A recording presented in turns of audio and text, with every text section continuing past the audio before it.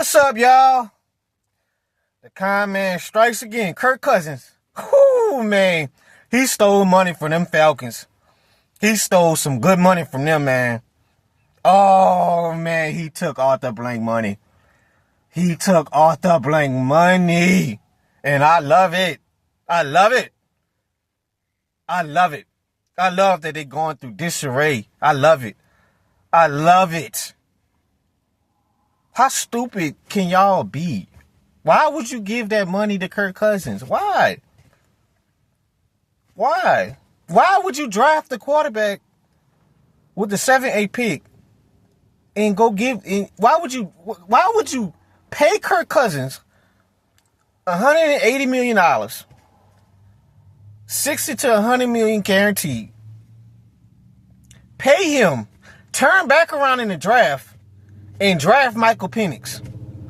Why would you do that? Why? What? That doesn't even make sense. That doesn't even add up. I'm like, man, I want y'all to keep doing this. I love it. So Kirk Cousins came out on his Netflix show, I think the QB show that's popular. He basically said that basically he felt misled when they drafted Michael Penix in the first round. He thought that they probably would have drafted a quarterback, but he didn't think it would have been that high. I'm like, what difference does it make? You draft a quarterback in the first round, you're still going to have pressure on your back, Kirk Cousins.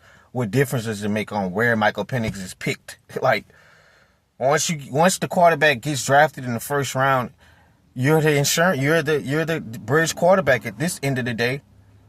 And this is what's so stupid with these stupid dirty birds.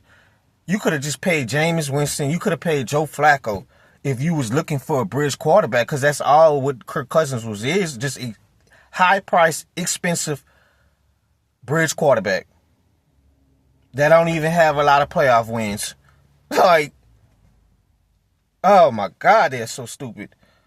So he wasn't informed until the offensive coordinator, Zach Robinson, called him during draft night, that informed them to let him know that Michael Penix will be drafted as an Atlanta Falcon. So obviously that probably pissed Kirk Cousins off, as it should. You know, you're a competitor. You want to go into the best situation to finish your career out. You don't want to really finish your career out on the bench, backing up a rookie, or having the monkey on your back after every game, after you throwing an interception. Fans are clamoring for Michael Penix to start. So I know that can get irritating, bro. I know it is. I know, because you probably would have. It's like he said, guys. He even said that I could have just stayed in Minnesota for that with J.J. McCarthy. But guess what, bro? Minnesota wasn't paying you $100 million. I could tell you that right now. So you wasn't gonna stay in Minnesota. Would you rather stay in Minnesota and take less money and still get benched probably eventually, or set your family up for a nice foundation for the rest of your career and still get benched? I think I like option number 2.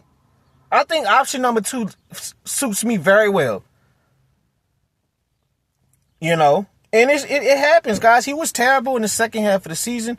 He got hurt against us when we beat them. I think Peyton Turner sacked him. I can't remember what happened. I think he hit his arm and his shoulder got messed up. That's the best thing Peyton Turner probably did his whole Saints career. Fucking Peyton Turner. Thank God he's off our team.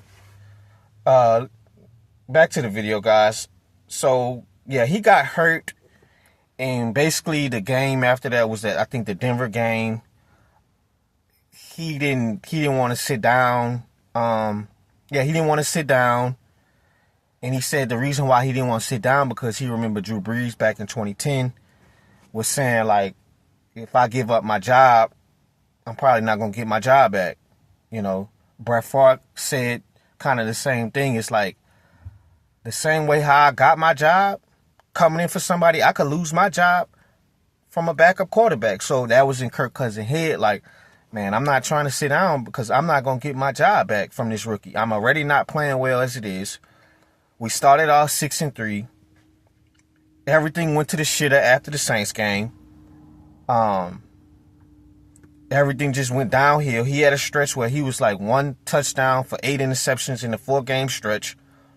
That was the worst stretch of his career, his worst 4-game stretch of his career. And honestly, guys, Kirk Cousins wasn't even playing well in the beginning of the season like that. To me, he only had the 2 Bucs games, the Thursday night game, where he had a phenomenal game. I think he had the away game against Tampa, and he had a pretty good game against Dallas. Other than that, even in the beginning of the season, Kirk wasn't playing that well. They lost to Pittsburgh. The offense really couldn't get going that game. The only reason why Philly lost the game because Saquon Barkley dropped the ball. He didn't play well against us in Week 4. Do y'all know the only reason why they won the game is because Rashid Shaheed fumbled, muffed the punt, and then Derek Carr threw a screen pass to a linebacker. They didn't even score no offensive touchdowns the whole game. None. And we still lost the goddamn game. So, you know, he kind of knew if he would have set out the Broncos game, he probably was not getting his job back. But it's funny how the world goes around because he still lost his job. They still benched his ass. But guess what? At least you laughing to the bank. Keep laughing to the bank, man. Keep taking their money. I love it. I absolutely love it. You get to sit down and relax your feet, drink some lemonade in the sun with your children. Enjoy the money. Enjoy it, man. Sit down and relax. You in the late stage of your career, you should want to relax, sit down. You ain't got to worry about fans booing you. Let the sophomore figure it out now. It's Penix's job now. And it's like, he talking about something. Yeah, I could have just stayed in Minnesota. Bro, Minnesota don't want your ass. They were done with you, Kirk. They were done. They were done. That's why they drafted a rookie to force your way out. And I could tell there's some smug attitude in it. And it's like, you come out and say this. I'm like, bro, the nerve of you. You took their money. You took their money. And you played terrible in the second half. And you kind of going to have a little smug, hey, I could have just stayed in Minnesota. Brother, you flamed out. And I say this all the time. Quarterbacks, if you play well, if you play phenomenal, if you play elite, you're not going to have to worry about that all the time. Now, I'm not going to lie, guys. It's always going to be people trying to get the kid, the first round draft pick in there eventually, you know. They was kind of trying to run Brett Favre out the door with Aaron Rodgers. Come on, we trying to get this kid out there. You know what I'm saying? So I get it. I understand. But at the same time, bruh, if the Falcons are smart, they're not going to pay you 4 years, $100 million to get you out the door if you're playing well. If you're playing well, they're going to keep you out there. If you're playing at a high level, Pro Bowl, All-Pro level, they're going to keep you in there. You didn't play well. So they're going to get your ass out of there. They're going to bring somebody else to do the job. You stole them people money. Oh, you stole Arthur Blank money. You a low down for that, dog. Then you going to get on QB1 and go do that to him.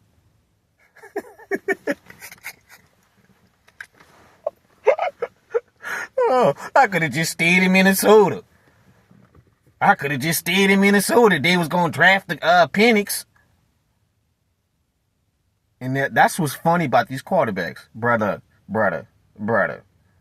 You know damn well, if you would have took that team to the division or the championship round, 4,000 yards passing, 40 touchdowns, 7 picks, you wouldn't be complaining. This wouldn't even be in the conversation on the Netflix show. You know damn well, you said because your career's coming to the close and you feel like an embarrassment on how you bamboozled they money, bruh. Don't do that, bruh. Don't do that. Take it like a man. Take it on the chin. You have every right to be upset as a quarterback that they drafted the kid. But just keep that to yourself, dog. Come on, bro. Telling y'all guys, quarterbacks are the most spoiled. They don't care if they throwing 30 picks, 8 touchdowns, 30 interceptions, 8 touchdowns. I need to be out there every game. I shouldn't be benched. None of that. And I'm not saying Kirk Cousins is saying. I'm just saying quarterbacks. It's what Derek Carr, when he left the Raiders and shit, you know, he getting mad at them because they sit him down. I'm like, Derek Carr, you wasn't playing well. Then he come to New Orleans and stink the joint up like he did in or Vegas, whatever, man. But like I said, man, Kirk Cousins, sit down and enjoy your money. Enjoy your time. Mentor the kid. I know you don't want to mentor because you're a competitor. You Pro Bowl quarterback in your prime. It happens, man. It's the end of the road. I don't know what you're going to do. Anywhere you're going to go, they got the young guys that they trying to get on the field. It's no, even coming into free agency last year for him, where you was going to go. Everybody pretty much got young guys or they were going to draft guys. Any situation you in, you're going to be having somebody breathing down your neck because, number one, you're not an elite quarterback. You're not. You don't have that authority like an Aaron Rodgers or like a Drew Brees or Tom Brady, Peyton Manning. You don't have that. You're not in that category. You're not in that Joe Burrow, Lamar Jackson, Josh Allen, Patty Mahomes. Anybody they would have drafted, you would have to been looking over your shoulder, bro. You being in you not going back to Minnesota just showed you how the league perceived you. They drafted JJ.